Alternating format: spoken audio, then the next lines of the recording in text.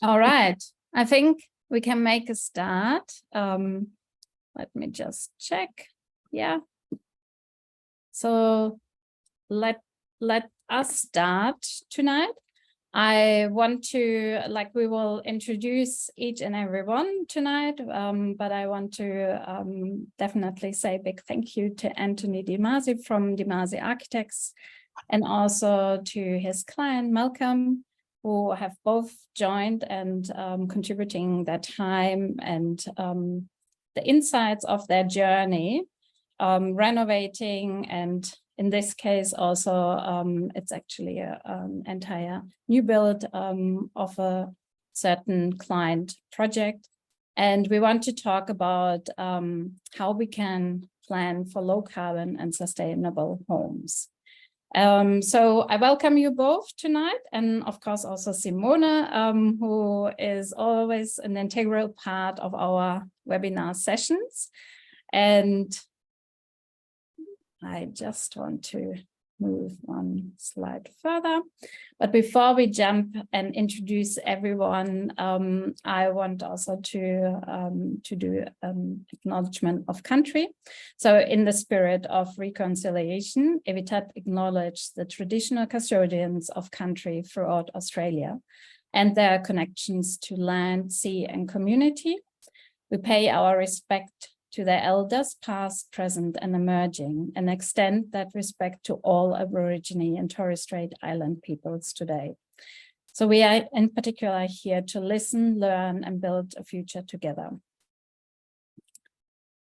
Antony DiMase from DiMase Architects, I welcome you, and I will give you also a chance to introduce yourself in a few minutes.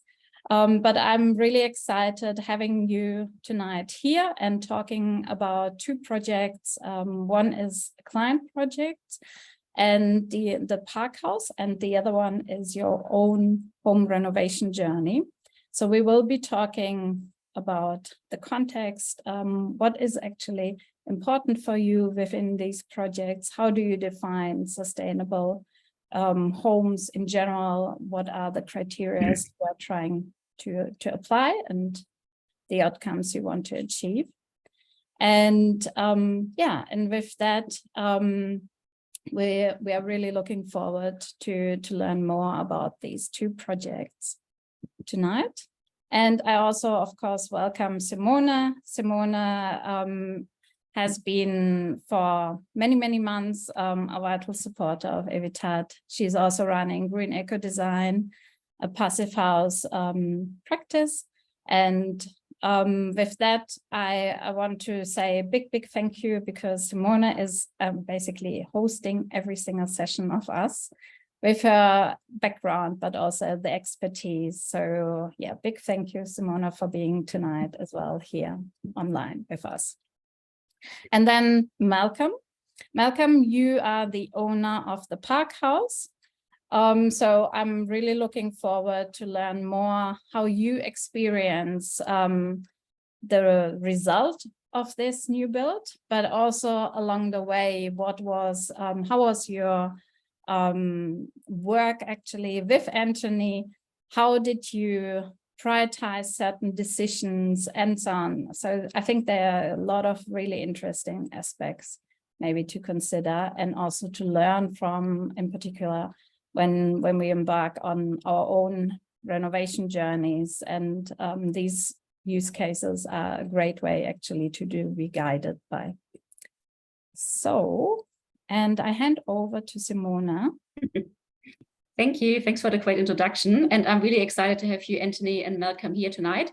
And I think it's quite common that, you get an architect or designer to describe the design and all the amazing things they did. So I'm actually personally quite excited to have a client here, because, there is so much that goes into the design, from the architect side, but also from the client side. So I think it's quite amazing, Malcolm, that you're here tonight, that you can share a little bit with us as well. And so maybe as a starting point, if maybe I start with you, Antony, then go to you, Malcolm. Antony, could you maybe just introduce yourself a little bit more? How did you get into architecture, into sustainability especially, and talk a little bit about your practice and your ethos. Why are you doing sustainable design? Well, look, Sonia and Simone, really thank you for inviting me and being part of this discussion. So I run an architecture practice in Fitzroy North. We've done a lot of work in, the retrofitting, refurbishing, renovation of existing buildings. So we've built up quite a bit of expertise in that sort of area, I think, in terms of what's actually required.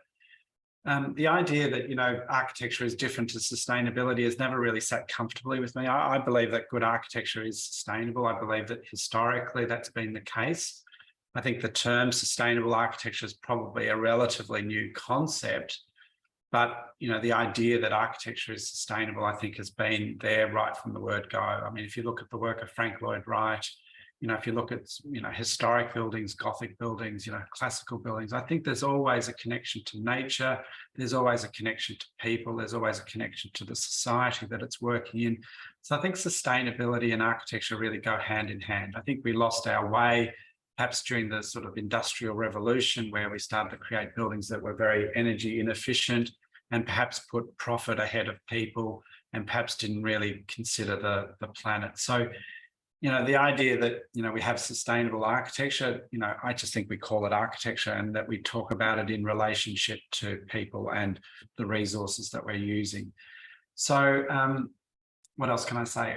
I've been running this practice, as I say, for 20 odd years, built up a process, I suppose, of how we communicate with clients, how we communicate with builders.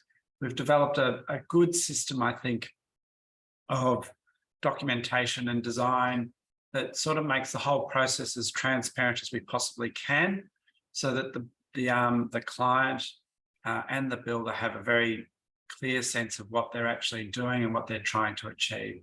So we really emphasize the idea of collaboration or cooperation, that we all play a part in the process of building and designing the project. So that, all going well makes, when we're on site, for a more harmonious and a more, collaborative process once we're on site. So we like to think that we do all the hard work in the design phase, and then when we're on site, it sort of unfolds and it becomes a really exciting journey for the client, for the builder, and for all the people that are around the process, around and who are associated with the project. And, I would invite Malcolm to reflect on that, whether he agrees with me or not. There are obviously issues that come about and we've got to attend to those, but more or less that's how we operate as architects and what we want to see happen with architecture projects. We want to invest in the process that people then feel that they can contribute to the outcome. Yep, that's amazing. So maybe Malcolm, can you tell us a little bit, how did you come to build this new house, or what was your thinking at the start? Why did you want to build a sustainable home or a healthy home? How did you get into the whole space? And maybe talk a little bit about the process with Antony and his team. So I think so conveniently moved to the before, and so we moved into the suburb and bought the house. And before I bought the house, I had a conversation with Antony about what the prospects were of actually renovating the house. The house itself that we bought was a miner's cottage that which had, through a process of several renovations, no longer existed because it had been changed and altered and the original thing no longer was there. And the question that I put to Antony is this: can we actually resurrect this and make this a environmentally functional house, or is it not going to be possible? And he said, look, wait and see, we'll work it through. And so we bought it with a clearly understanding that a knockdown was on the cards, but was not necessarily so. And so we proceeded, and I think Antony very generously put up a lot of suggestions, and then, confronted me with the idea that this was a no-go. We just weren't going to be able to get there with, because we'd just end up with a whole lot of sticks in the air, and constrained by the frame of the house, and not something that we could actually move forward and do something with. And so that's where we began the process of trying to redesign a sustainable house. And I think, can I just ask, Mel, was there like even like, because you just said you went through a process with Antony to probably assess, is there actually still a little bit room to do something with the house? So what was that, or would that mean that Antony did actually explore avenues and opportunities maybe to do something, but all these outcomes were actually not as, like in particular from Antony's point, not probably the best recommendation to move forward? How was the first place? That's fine. We looked very hard at preserving the existing house. The house was, you know, to some extent, quite a good house, you know. Mm-hmm. And so the idea of knocking it down was certainly not on the cards to begin with. We really looked very hard to try and see how we could preserve it. But, you know, when we looked at, you know, what the needs were of Malcolm and his partner Marge, and in terms of what we could achieve in terms of sustainability outcome, you know, I do recall the conversation that I think Malcolm is referring to. I said, you know, if we keep going down this pathway, we might get here on the first day of, you know, the demolition or the demolition of the existing fabric, and you might ask me, you know, should we have knocked it down? So I sort of put to Malcolm that it was in this instance that the building had reached its end of life if we're going to really try and create the sort of sustainable outcome that he desired, and I believe, you know, we should all be desiring. So it was not an easy conversation by any means, and it was not an easy process, but it was one that was really interrogated quite a lot before we got to that point. So I really want to make that clear, because our preference is actually to preserve existing buildings. And you could argue there was 50-50, but, you know, the more we looked into it, the harder it was to achieve the sort of outcome that I think was being requested of us as architects, and what I thought would really be appropriate for the longer term in this location. I think actually that leans quite well into one of the questions I had here for you anyway. Maybe we can elaborate a little bit on that more. So what are the biggest pitfalls you see for clients in the very early stages of a build or remodel in terms of sustainability? You know, so you have mentioned already a bit that, you know, the layout didn't quite work in terms of sustainability, but are there some other things, you know, that you sometimes see as pitfalls at early stages, or what people need to look out for? Look, it's very project based. I think, you know, there's not a one size fits all in this scenario. You know, what I will say about sustainability and you know, environmental design is that in my experience has always been, you know, I want a 3-bedroom house and I want, you know, this and I want that and I want it to be sustainable. It's always, and I want it to be sustainable, that comes at the end of the conversation, is how I would regard it. Whereas, you know, coming back to what I was saying earlier, sustainability and architecture kind of need to be hand in hand. So the budget in terms of what you're able to expend and, you know, what the opportunities are need to be part of that very early conversation. So I think the pitfalls are really a reframing of what sustainability is probably the biggest pitfall. So the idea that sustainability is an add-on to the design process, that it's a feature, it's a solar panel, it's a rainwater tank, it's a, you know, double glazing, whatever. You know, that kind of, I don't know if that makes sense to everyone, to the listeners, to the participants here, but the idea that we create houses that are sustainable needs to be integral to the whole design process, in my opinion, because then we come up with a house that's healthy, efficient, and, you know, frankly, the right thing for us all to be doing. I totally agree. And I think as well, you know, you have to look at it, like you said, like at the sustainability first. What is the orientation? Where do you have to place your rooms before you even place the room? So you have to have certain things in place before you start putting in whatever the bedrooms or the living areas. If you just plunk everything in and then you try to make it somehow sustainable, that's never going to work out well. And the outcome for the client is that they get a healthier house. So what I try and advocate in the work that we do is what's the best fit for the site and for the client, not the perfect fit, because the perfect fit is ultimately a big, you know, multi-room, multi-layered house. But what's the best fit for the site? What's the best fit for the client? And there are compromises, obviously, but you end up with a house that's actually much more appropriate to its setting and something that has actually got that sort of long-term benefit, so that we can talk about the generational effect, that, you know, the next people that come into the house, the people after that, the people after that. And let's not forget that the really good houses, you know, if we look historically, houses have lasted over a century. If you go to Europe, they've lasted 500 years. Yeah.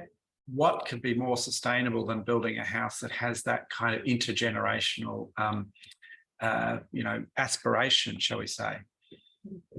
Definitely. And before we go into a bit more detail of the park house, I just have a couple more questions for you, actually a bit more than a couple. So just in terms of your experience about the biggest barriers for yourself and your clients in terms of, you know, maximizing the sustainability of a project. What are some kind of barriers, you know? Is it, I'm just going to throw out a few things and then maybe you can talk about them in terms of, you know, priority, you know, is it availability and access actually to those sustainable solutions or, you know, materials on the market, or is it more actually to find the right builder, or like you had indicated before, but is it more the budget? Is it sometimes the regulations that, you know, hinder the process? Or is it more the prioritization of sustainability criteria above concepts and choices, or, you know, the other way around? Do people put more emphasis on having the big houses than the features? Do you see, you know, any? Look, I think I could argue all of the above, I suppose. I suppose where I have found some difficulty is that there is so much information out there about what is sustainable. Of products, you know, that have got eco-friendly, you know. There's also a lot of systems of what you might term sustainable approaches. There's passive house, there's passive design, there's neighbours, there's, you know, there's the best standard. There's kind of a lot of measuring tools out there for what we might term sustainable. So it can be a very confusing. Then there's the NCC, the National Construction Code, which requires us to have, you know, 6-star housing, 7-star next year, I believe. So there's a kind of a lot of stuff that you kind of have to contend with when you're talking about sustainability, that it can be a bit of a blur when you're kind of working in this space. And I personally find that a little bit confusing. So to get agreement as to what sustainability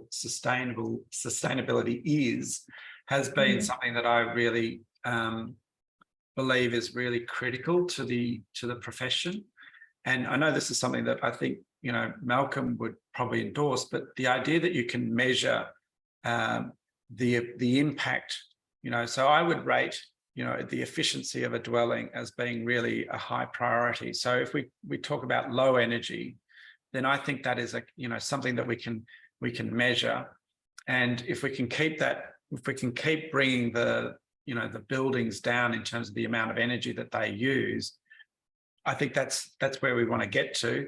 We also want to build buildings that have a low carbon footprint in terms of their embodied energy, and a whole range of things. So in terms of your question, I think there's a lot of confusion as to what sustainability means. And I think we can clarify it by having some really simple premises about what it should be. Yeah, definitely.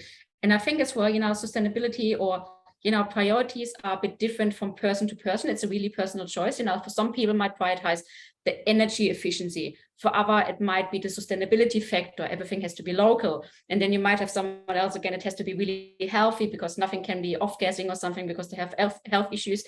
And then you have the people that need all of that. But the driver can be really, really individual and really different. But I think, you know, there is no right or wrong either. I think, you know, if one person prioritizes one over the other, you can't say, you're wrong and I'm right. I think it's such a big field.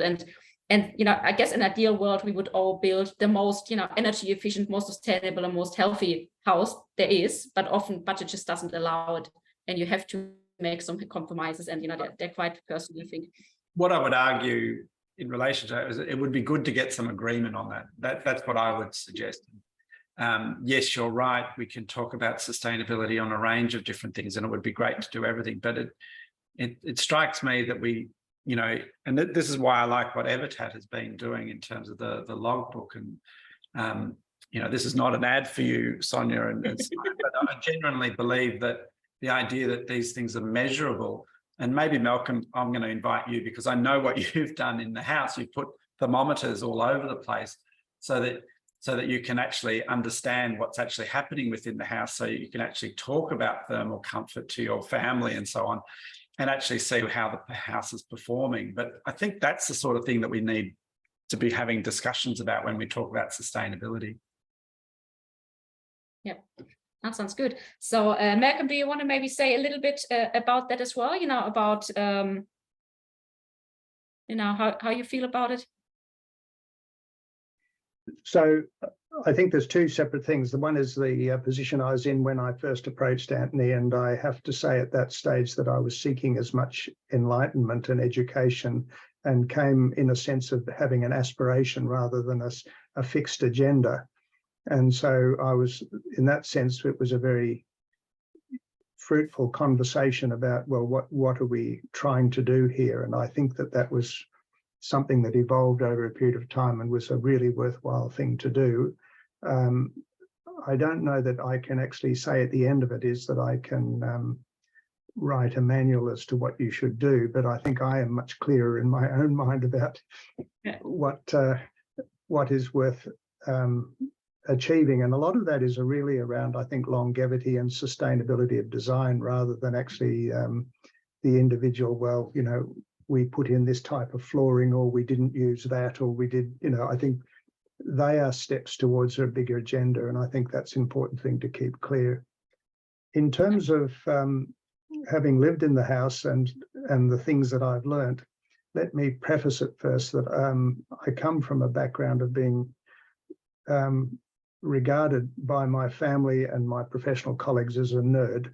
So therefore, I'm necessarily stuck by the idea of, well, I bought this house, how does it perform? Did it actually look like the model? What did it do, and what could I learn from it? And so I think in reflection, I would have been very interested to know what was actually the failings of the house that we knocked over, and what can I then tell someone else, which is not to in any way a reflection of the failures of and sort of regard the house as a failure, but to say is, well, we did this and it's a very comfortable house to live in, but nevertheless, there are things to learn. And I think measurement is a useful thing. And in my other life, I do a lot of measurement, and I had used the analogy that if I was in a house, in a room, and I was discussing with my wife whether it was warm, we would then have a debate as to whether it was, which is quite a different thing as actually asking, well, what is the temperature? And totally different. And I think that's really it's not that my wife's view about whether it's warm or not is unimportant. It's very important, but it is also important to know what the temperature is. And so I think that's the difficulty, is trying to get those two things, those two ideas right. And so I'm not getting hung up about temperature here, but I'm more sort of saying that measurement sitting alongside the subjective sense of comfort are two important things, but they are different things. Yeah, totally. And the thing is as well, there are a few things you can definitely measure, how warm is it inside your house, or, how comfortable do you feel? How much energy do you need to heat and cool the house? And, are you staying healthy, or are you getting sick? That's a bit harder to measure, but, is your house making you sick? That's something you feel as well. And I think if you have those things sorted, I guess that are kind of the main things, the other things there, can be nice add-ons, but, that you feel comfortable in your house and you don't have to spend an arm and a leg to keep warm or cool. I guess, that's a goal that can definitely be tracked. I think what we're talking about is that, the house is essentially designed as a passive house. We achieved low energy house. We didn't quite achieve passive house, but it's a very comfortable house to live in from all reports. But what I think is, passive house is a measurement. It's a tool. It's a process that you undertake, and it's what I like about it is it sets a standard, and we as architects and we as designers have to meet that standard, because we're from the literature that we're being given, if we do meet that standard, we can make a real difference to the environment. And I think what I think it's a really important point that Malcolm is making, is that then you have individuals who live in that house who need to still do things to that house to make it comfortable for them. So, you know, in a way, the science is one thing, and then it's the individual experience is another thing. So I don't think we should ever forget that. So passive house in itself is not the answer. You know, it can be promoted as something that is, you know, really quite amazing, but and it is. I think it is really amazing because it sets the science up for success. But you also have to take into account, you know, humans who have different preferences for how they want to live and experience the house. Definitely. Yeah, absolutely. And I guess as we can see, we already dived into, you know, our first case study, the Park House. I think, you know, that maybe just to move along a little bit, can you tell us a little bit more about the actual house? You know, we talked already quite a bit, you know, how the house came about, and, you know, why you started down the route of the new build. But can you maybe tell a little bit about the design ethos behind the house, you know, how the design came about, and what were the main things you introduced, you know, in order to look for comfort and health, or, you know, energy efficiency? Well, so the house is opposite All Nations Park in Northcote. So so it had many features that were, you know, I was really blessed with, because the view was to the north, facing onto All Nations Park, and, you know, it was at the end of the street. So, and it was a reasonable size block, and it was already set in this kind of natural environment, because the park itself is actually a really beautiful park. I guess what we wanted to do in terms of the design is really come up with almost a model of a sort of project home, something that could actually be relatively easily reproduced in terms of a house on a similar allotment.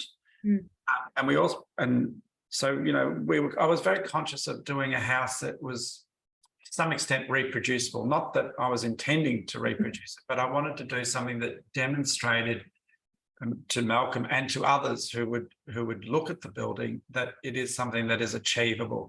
So we were very mindful that, you know, whilst, you know, the house had a certain budget, that it was not beyond most people's, you know, it was not beyond people's means to be able to achieve this kind of dwelling.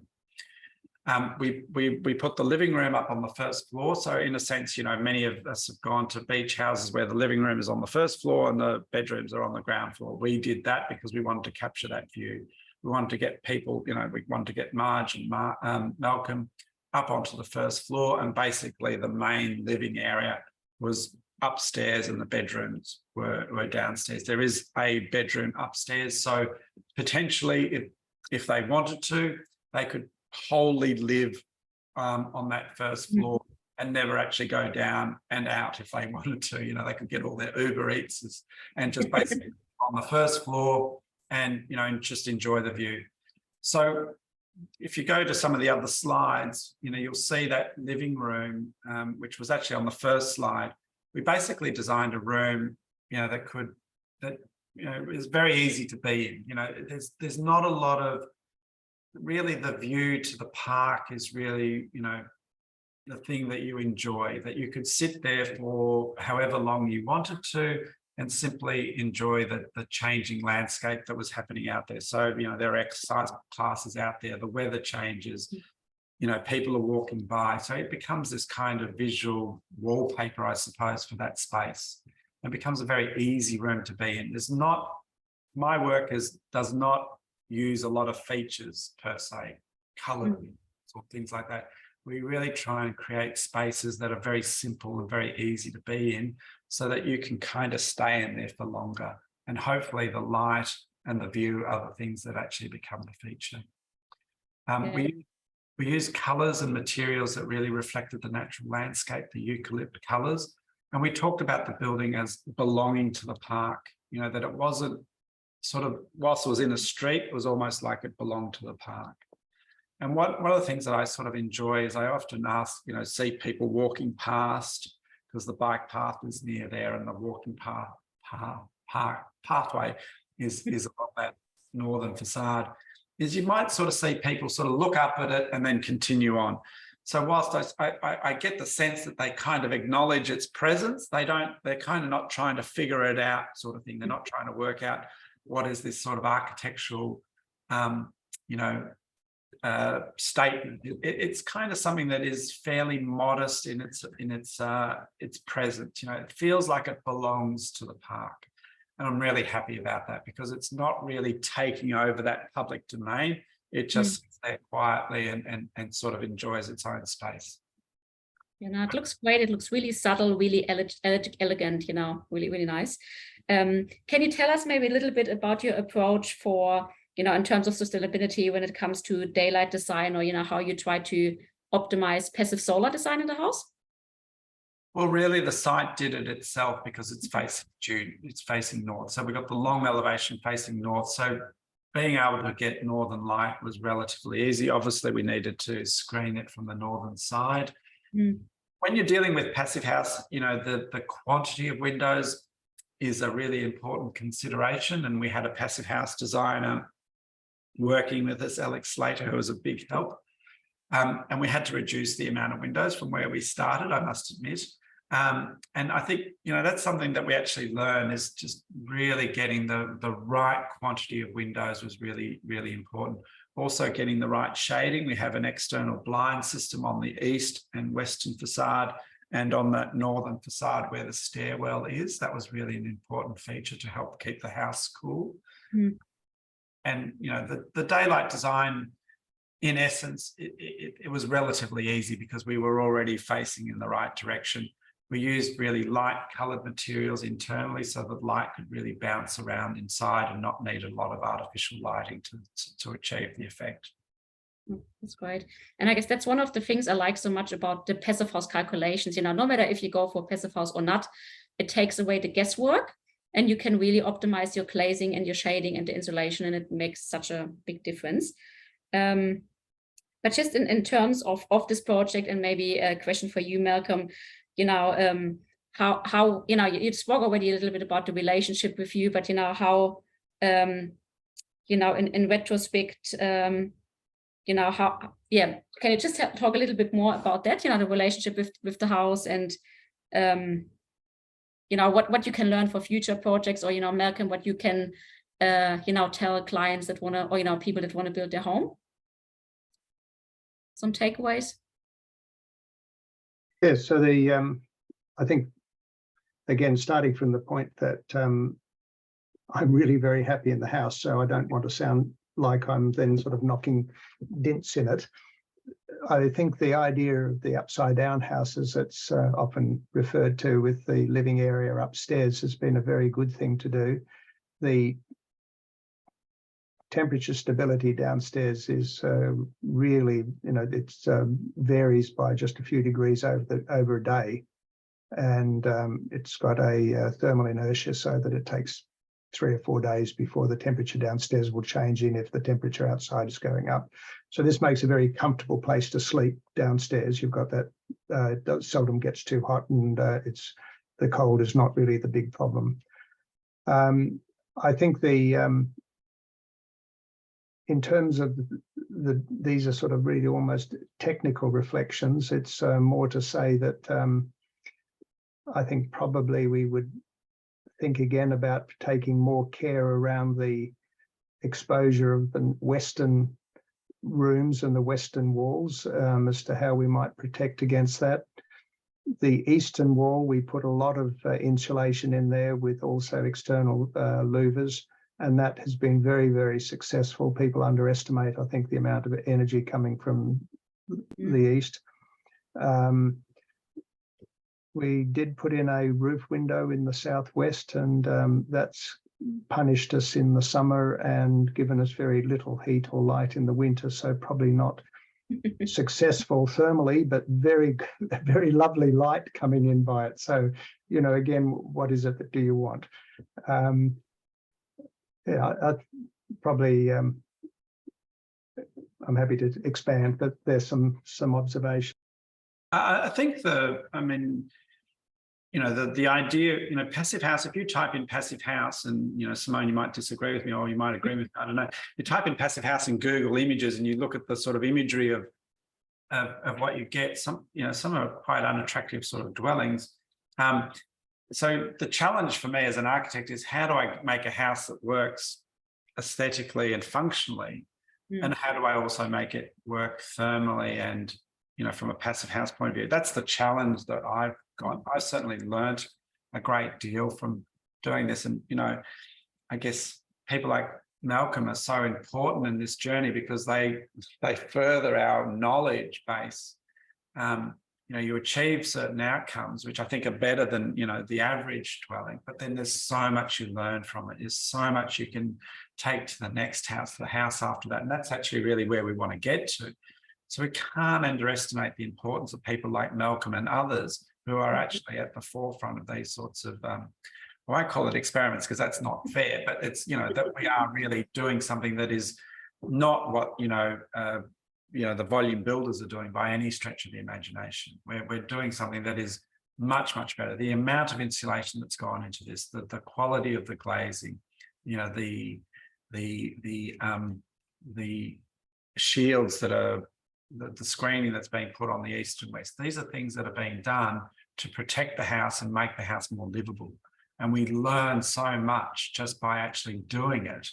It stops becoming a piece of writing in a book, and it becomes real, that you can experience it. So valuable. I think this is a really nice learning journey as well, to draw even inspiration from. I really appreciate in particular Mel's experience and sharing that with the broader audience here tonight as well, because it is actually like that. In an ideal world, it is a really beneficial collaboration from the client side and an architect coming together and finding the right process, the right goals to align everything. And this is a really nice example how it can generate an absolute amazing result. And this is really something to be inspired also from the point of as a client to invest into this journey. So I really appreciate that.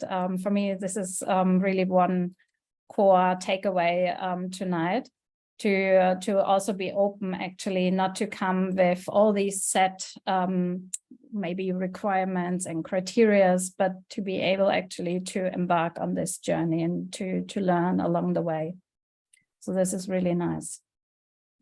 Good. So maybe before we go to the second case study, is there anything else, Anthony or Malcolm, you want to add about the park house, or do you think we covered everything, the important bits? Well, I'm happy to take questions, but look, I think we've covered everything. I mean, for me as an architect, it's certainly been one of the most enjoyable projects I've worked on, and I've worked on many good projects, but I've really enjoyed. This is sort of aspirationally the sort of thing that we want to be doing more of, because we can see a way forward. We think it's attainable, we think it's achievable, and we think that there's a lot of benefits to people, if they go down this pathway. I really do. Awesome. So maybe, Sonia, if you can move to the next slides. So can you maybe give us a bit introduction about this project? And then again, if we think about the Evitat's core benefits, with comfort, thermal health, and efficiency, how did you tackle those things within this project, which is your house? Is that right? Yeah. So, a real contrast, and, what am I doing here now? Look, so this is my house. I live in Thornbury. It's a 130 square metre house. It was built in the 1920s. I mean, I'm sure many of the participants would kind of know the sort of house. It's an early Californian bungalow, I suppose. It's very modest, weatherboard dwelling with really single glazed windows, poor insulation. Was renovated when we bought it, by previous owners, and we had 3 children run, be through this. We've got 1 child left in the house, and I suppose my wife and I, are renovating it now. We've and I guess like every architect, our house is the last house that gets renovated. But the approach that we've taken is to do it room by room. So we've renovated the kitchen, we've renovated the bathroom, and we've now completed the 3 bedrooms, and this is the 3rd of the 3 bedrooms. I've decided to do it as room by room because it's enabled me to kind of learn quite a bit about each room and how you go about, renovating a room. Now, you would think that as an architect, I would know everything, but it's actually in the doing that you kind of learn a bit more. And the other really enjoyable thing about this renovation is that my son, who's 23, who's essentially moving into the construction industry with no great skills in any given area, he and I have basically done this work ourselves. So it's relatively low expertise, I would say, whereas with Malcolm's house, we did require builders that had, really, really good expertise. And this one, we really require people, my son and others, who perhaps have less expertise. So we really need labour and we really need, good design outcomes. So if you kind of flick through the slides, we can kind of go through what we did. So this is the front room. So we pulled up the floor and re-leveled it. And then we also put insulation in. We pulled off all of the lining on the inside and insulated it. So really, it's almost embarrassing talking about this stuff. It's really the basics that we did. We put good insulation in. We redid the wiring. We changed the glazing from single glazing to double glazing. And we just did the work that I think all homeowners should be doing. You can see me there painting. That's my son also painting. And so for him, it was really, he was able to get a lot of skills through doing this and confidence, having said that, because he'd been working with some builders. And, that experience was not always the greatest of experience. It was sort of pushed around a little bit, whereas by working on our own home, he kind of took over the project and, you could see his own confidence grow through doing this particular project. So you just want to go to some of the other slides. I don't know what else we've got. So that's the finished product. Nice. I can't say there's anything special about this room other than it's a well-insulated, nicely, good materials. We're going to put curtains up. We're going to put the artwork in. We use secondhand lighting. You will notice there is hydronic heating because there was hydronic heating. We have put in a split system. So the idea was that we're going to transfer the hydronic heating system to a more energy efficient hydronic unit. So I had to make a real decision as to, do I ditch the whole hydronic heating system out of the house, or do I keep it? I decided to keep it because it was there, but move to a more efficient unit. And there is also talk that it will go to an electric unit at some point. So these are some of the challenges that you've got to kind of confront when you're doing this sort of work. I can, say hand on heart, it is an incredibly different space to be in to what it was previously. And that is by virtue of the fact that we've got double glazing in there and we've got a well-insulated space, from the ceiling to the floor to all the walls. So it's much quieter and it's much more comfortable. I would not underestimate how much it costs to do a refurbishment of this sort of size. You think, oh, well, it's not going to cost that much. Well, there's actually quite a bit of work in it, but the benefits are that it is a much healthier place to be in, So if you just go to some of the other slides. Yeah, this is now the logbook. We will get to the logbook in a few minutes. So yep. Before you do, so the idea is that we did room by room, and then now we're doing the entry, and then we're going to do the living room, and then we'll start working on the outside of the house. So we'll change the cladding, change the roof, and put solar panels in, and then put rainwater tanks.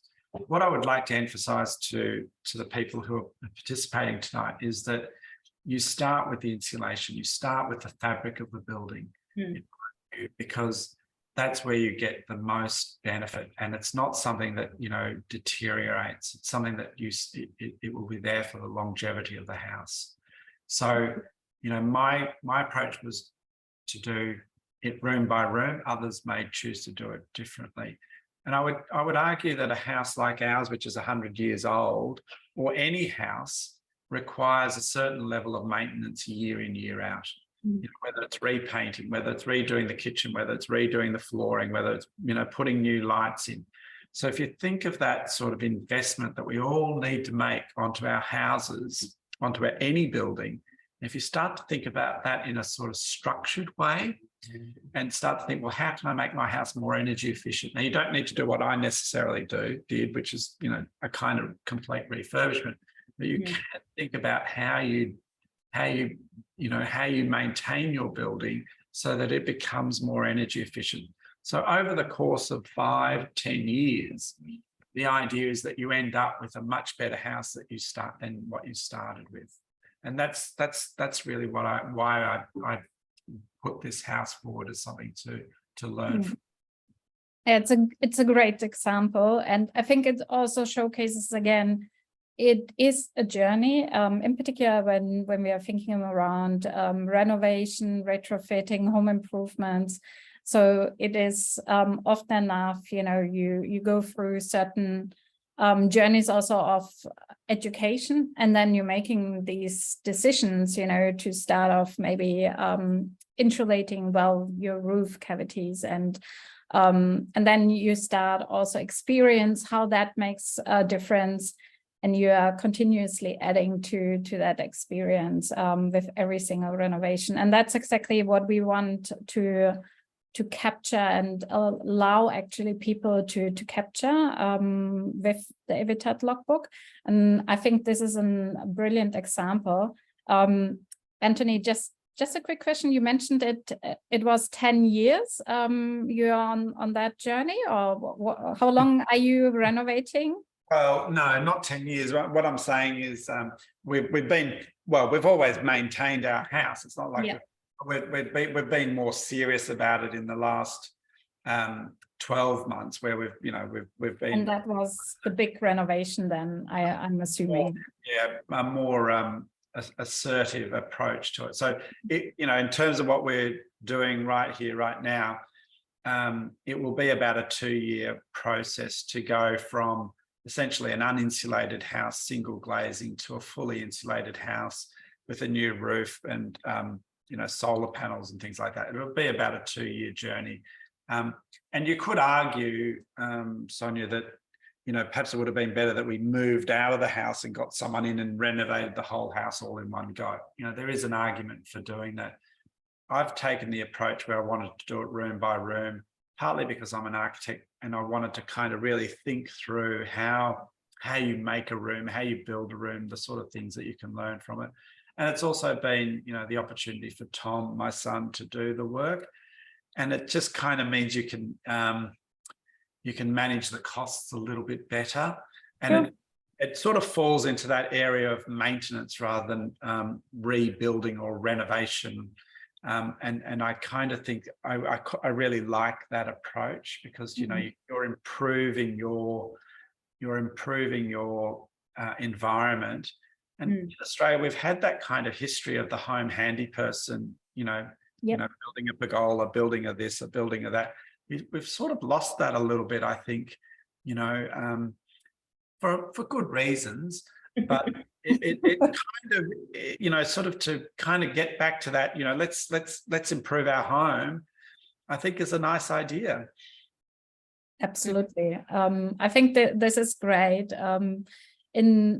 I'm just looking into, because there's one question for you both, for Simona and Anthony. So in terms of, and we tapped on this a little bit earlier also, but in terms of your own renovation experience, Simona, I know you have also, you have done a major renovation with your previous home, which was a unit. And I think you improved it from a very drafty, cold little place. 4.7 to 8.4 stars, so it was a big change. And it served also in the early days of your family actually quite well. So now that you have finished your passive house, you've moved into that one. But in terms of renovating or over, let's say, knockdown and rebuilds, in And in consideration, of course, embodied carbon materials use, how do you look at renovation, or let's say, let's put it even under the home improvement and maintenance context, what Anthony even mentioned. Like, is that something which has added over the last maybe few years in terms of a weight to decision making?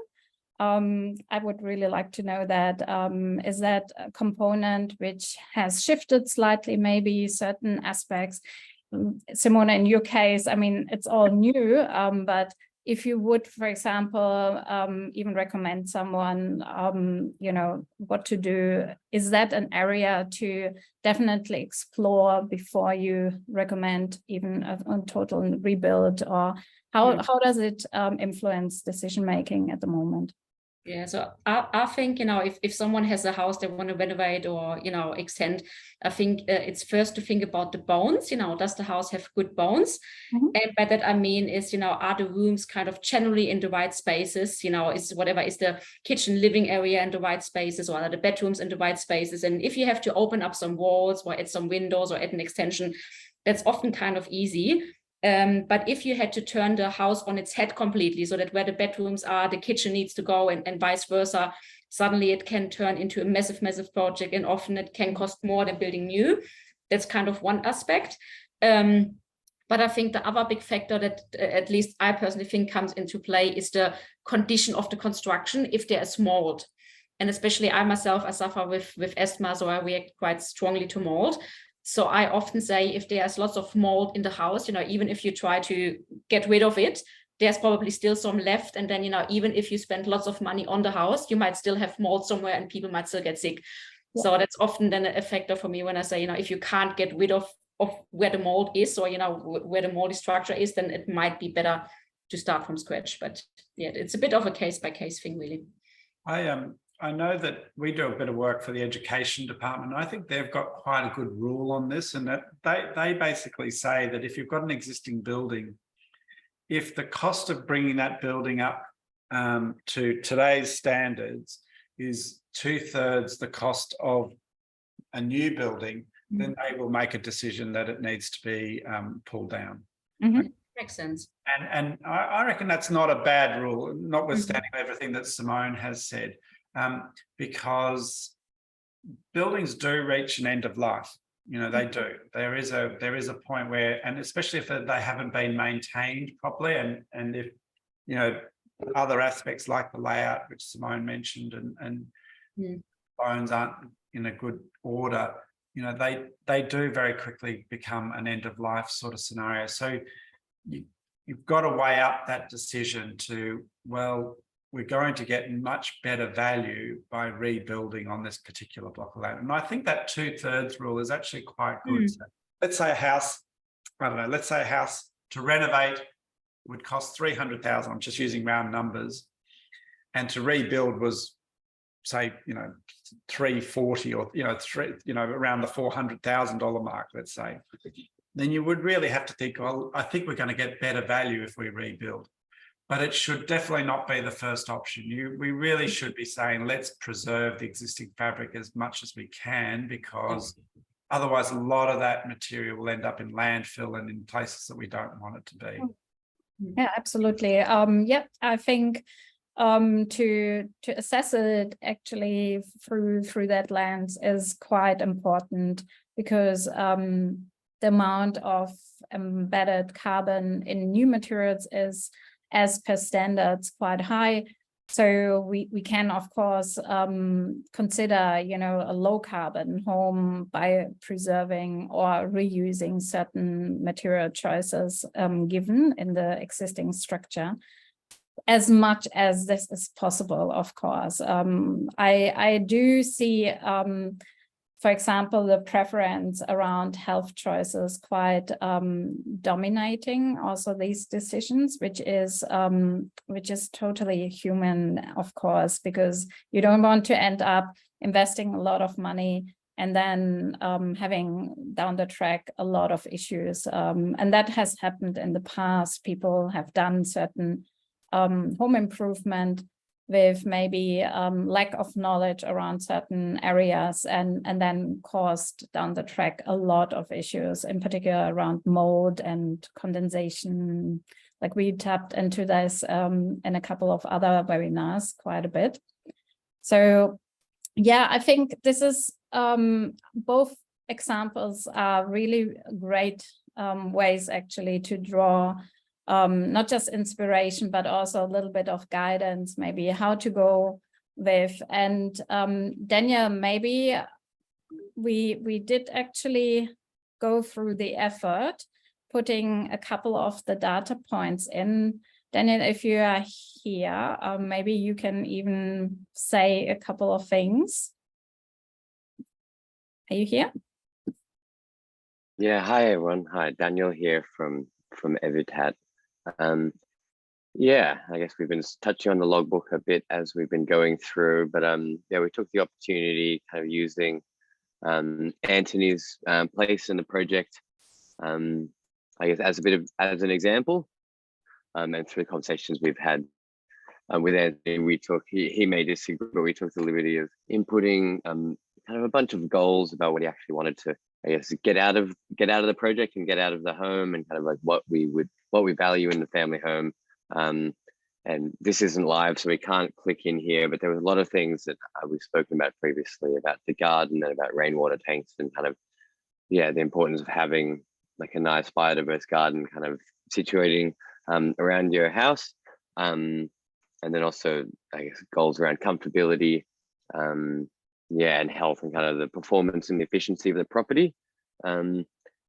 Yeah, and yeah, so what we've done is, I mean, Antony, jump in whenever you like. I'm going to sound like an ad, okay, but I really love this idea. I just really do, because it sort of encourages people to, you know, create healthier homes for themselves. It really incentivizes that sort of idea. And, you know, I'm looking at this and thinking, well, how can I get that 85% to 95%? You know, like what, you know, like it's sort of, I think for people like me, and maybe even Malcolm, it kind of really incentivizes you to sort of want to see what's the next best step. I can also see that it would be a really valuable tool in terms of, you know, negotiating with my partner as to where we should put, you know, our energies next, you know, and, you know, so that you can get that comfort. And I also think that if, you know, selling the house, which eventually will happen, you know, being able to hand this over to someone would be really, really valuable. It just has so many. Yeah, I think absolutely. And I guess we've been, sorry, Sonia, you go. I just wanted to tap on what Antony was saying. I think in terms of capturing that all these investments and making them visible to some degree and accessible, often enough when you do certain improvements, even if they are incremental, for example, you get maybe an installer in, you know, you get a certificate, but, or in our case, for example, we did put on solar.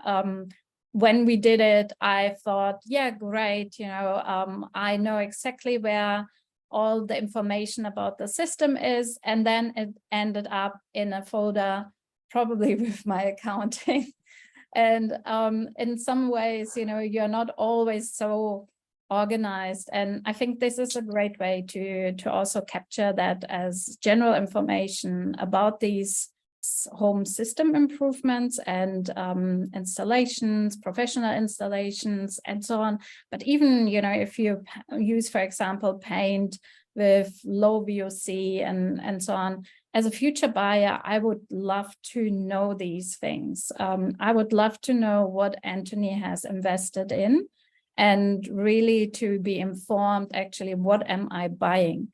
Like, we know more about our cars than about our homes. And this is, I think, really something strange, because we are investing millions into homes. So this is a really nice way really to capture that and to make it available for future buyers. The other thing I would also say is that, you know, and my own house is a good example, is you've got to think of the whole house. You know, like I've done room by room, and that's because, you know, there's, you know, because we didn't want to move out and we wanted to try and do it in a certain way. but you really, with any of these, changes that you're making, you've really got to think about the whole house, because you can't do a little bit here and you can't do a little bit here. You can over time, of course, but you've always got to keep that vision for the whole house being an energy efficient. And that's the thing that you get to do when you do a new house. You get to do the whole thing. But when you're doing retrofitting, you've got to kind of take that long game approach where, you start and you've got to think, okay, this is going to take a year, 2 years, 3 years, 4 years to get to where you want to get to. So I think things like this just help people along that journey, because otherwise I think they could get a little, it can be a bit dispiriting, I would imagine. Absolutely. Yeah, and it's difficult to find kind of where you would kind of keep that long-term vision and goal, whether it's, I know, a property as a multi-generational, intergenerational asset, or whether it's a 4-year project. You're so stuck in the nitty-gritty, but there's not really anywhere else to, I guess, to focus on that broader goal. And Antony was actually, like you were saying before, and kind of how engaging and like useful this tool is for kind of forward tracking. I went through your property kind of as kind of where you're at now, and then I did another version, imagining where you would be in 2 years, adding the rainwater tanks, adding the solar with heat pump hydronic, and just seeing the progress bars go up and seeing like what a difference that made, and changing your kind of insulation from probably you're at about 50% of the project now up to 100.